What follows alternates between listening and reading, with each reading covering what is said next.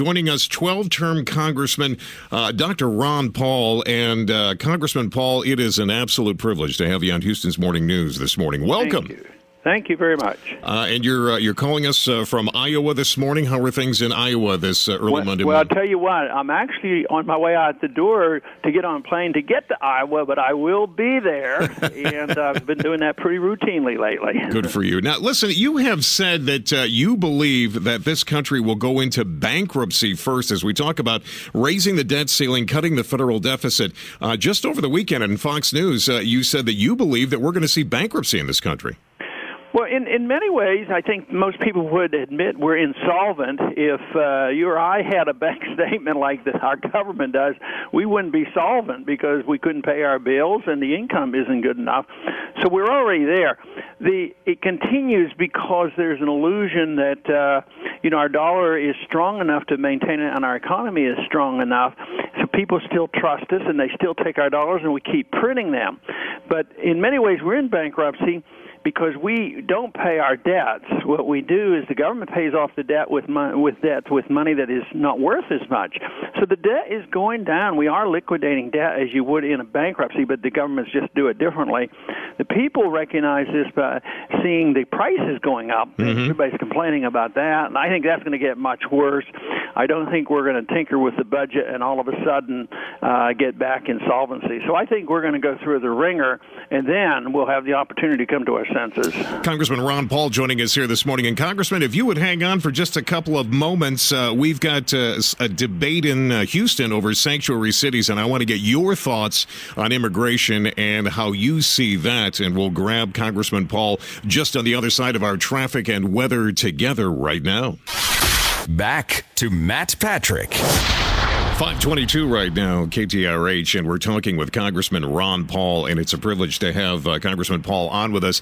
Congressman, here in Houston, several Texas business leaders are being accused of helping kill legislation to ban sanctuary cities. SB 9 kind of died on the vine here in Austin. I'm interested in your thoughts in immigration. You have some very, very distinct opinions about what we should do about our borders. Give us your thoughts here this morning as you see them. Well, I think the immigration problem is, in many ways, a complication from our weak economy because people get hysterical about immigrants coming in. But I think the first thing we ought to do is enforce our laws. I'm sick and tired of spending all our energy and money overseas worrying about other people's borders and not our own. So I would beef up our borders, but I wouldn't grant citizenship or amnesty, and I wouldn't have mandates on the states as I do here in Texas. But the problem really is an economic problem. When we're doing well, I have a lot of people come to my office looking for workers, and they can't get enough workers. But now with the bad economy, there's a lot of resentment. So we have a long way to go from that, but we could start off by enforcing our laws. Do you believe that that illegals are needed to keep labor costs down? That is our poll question on our website this morning. Do you believe that? Do you believe businesses are using illegals in order to keep their labor costs down? From my experience, they get people who come to get more immigrants in.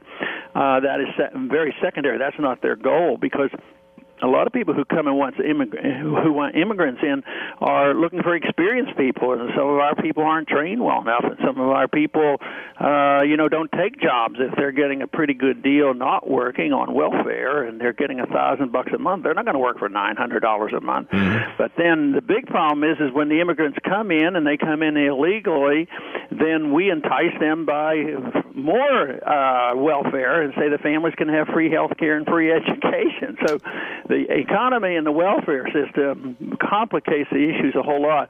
But I imagine there are some, but if we had a free market here, labor costs would be down. You wouldn't have labor costs propped up. Look at how the labor unions destroyed the jobs up north and they come to Texas. Right. So, yes, the labor costs are important, and the goal is to keep all prices down because the purpose of the businessman is to sell his goods and give the best deal to the consumer. So when labor costs are are artificially high, he can't compete and the consumer suffers.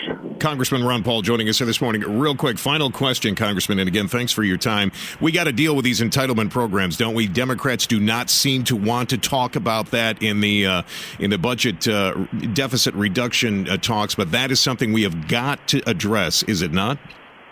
Absolutely, but on the other side of the coin, we have to talk about $1 trillion we spend overseas, too. So my goal has been to try to bring both sides together, not to raise both as I've been doing for decades, but I think we have to cut both.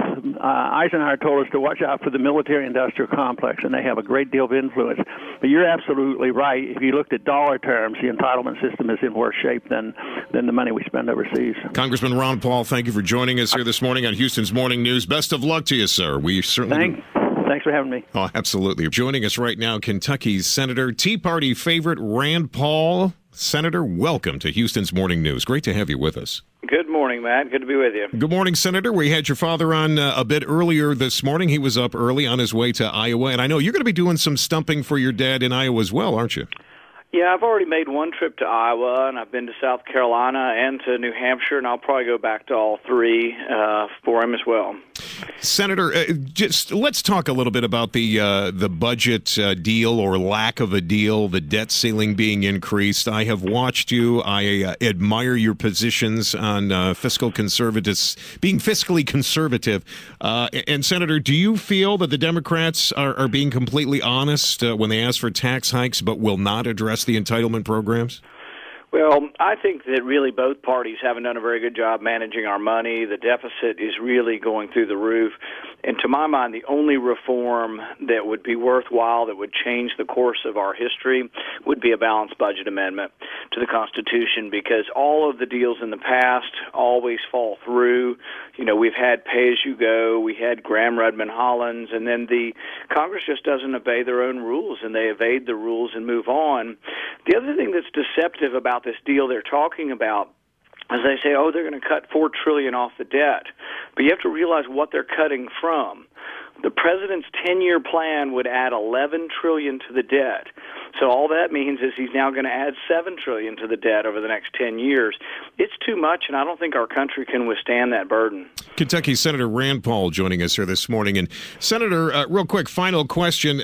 Would we ever get to a point where a fair tax or a flat tax would be something that we might see in our lifetime and abolish the IRS altogether? Well, I'd be all for it. A flat tax would be great, and it's probably easier politically to come by. The problem is we have about half of our country that don't pay any income tax anymore. Right. And because of that, they're not really inclined to pay any taxes. So if you give them a sales tax that's going to be a significant sales tax, they're not going to be too excited about it. If you give them an income tax, they're not going to be too excited about it. But the bottom line is if we want to balance our budget, we need a growing economy again. Most of the problem with less revenue right now is because the economy's in shambles and there's less people working and less production going on. Kentucky Senator Rand Paul joining us on Houston's Morning News this morning. Senator, thanks for taking the time. We sure appreciate it. Thank you.